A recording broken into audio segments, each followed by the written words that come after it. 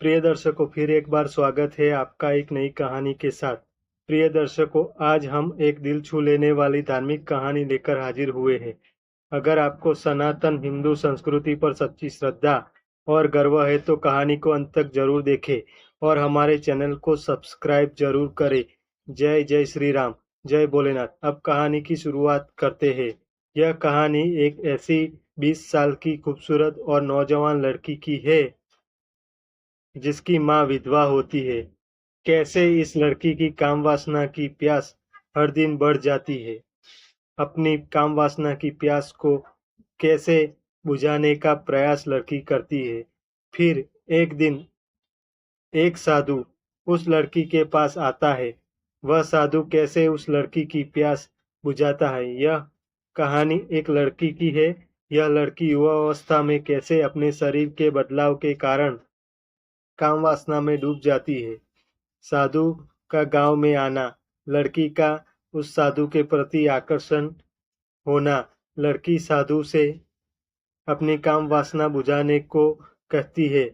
साधु लड़की के घर जाकर लड़की की माँ से सब बात करता है। लड़की की माँ को साधु लड़की की शादी के करवाने को राजी करता है। लड़की की शादी कर दी जाती है।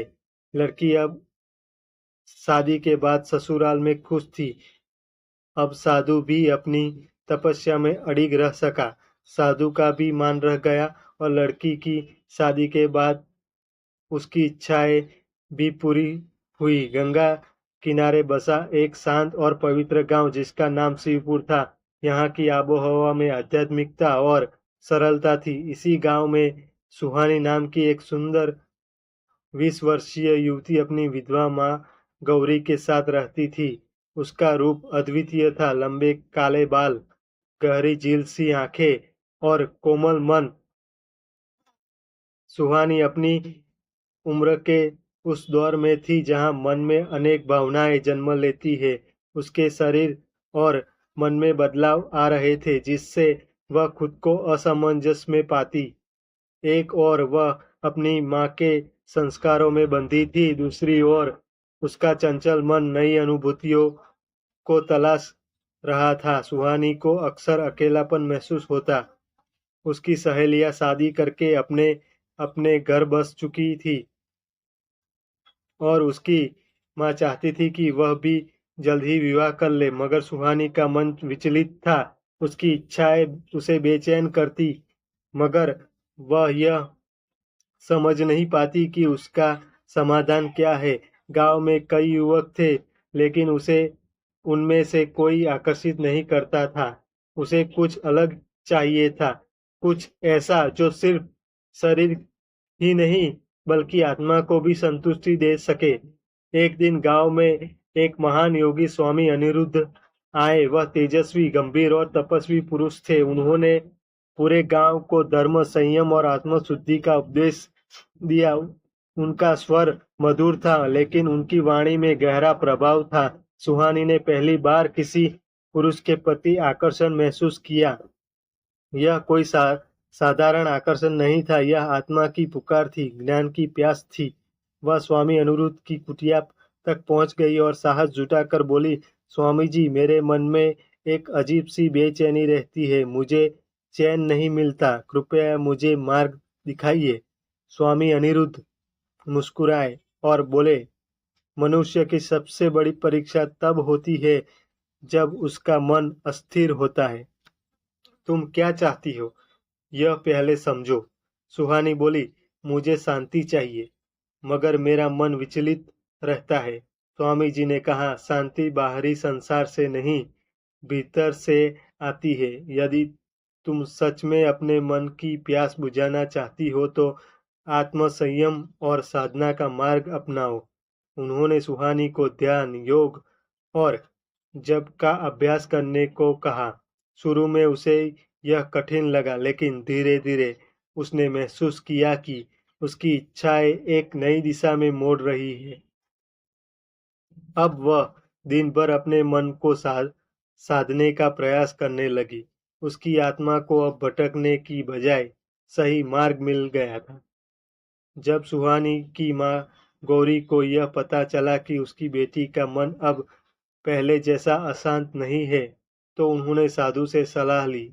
स्वामी अनिरुद्ध बोले, अब समय आ गया है कि सुहानी का विवाह कर दिया जाए, ताकि उसका जीवन सही दिशा में आगे बढ़ सके।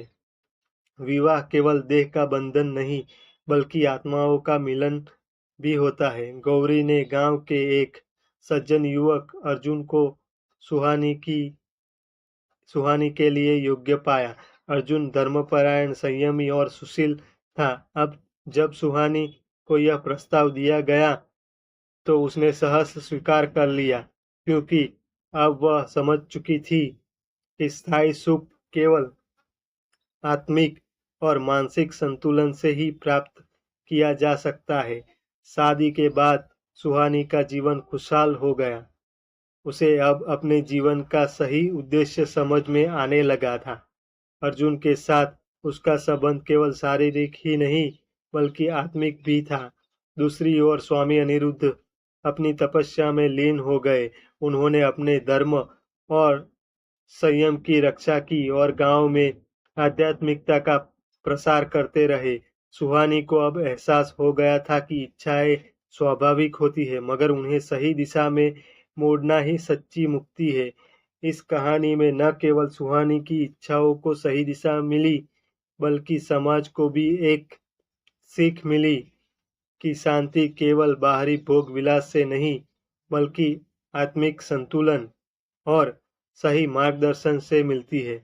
स्वामी अनिरुद्ध का धर्म बचा रहा, सुहानी को जीवन का सच्चा सुख मिला और समाज ने संयम एवं नैतिकता का महत्व समझा। इस प्रकार आत्मसंयम और धर्म की विजय हुई। प्रिय दर्शकों, आपको यह कहानी कैसी लगी? कमेंट करके जरूर बताएं और ऐसी ही मजेदार कहानियाँ सुनने के लिए हमारे चैनल को सब्सक्राइब जरूर करें। धन्यवाद।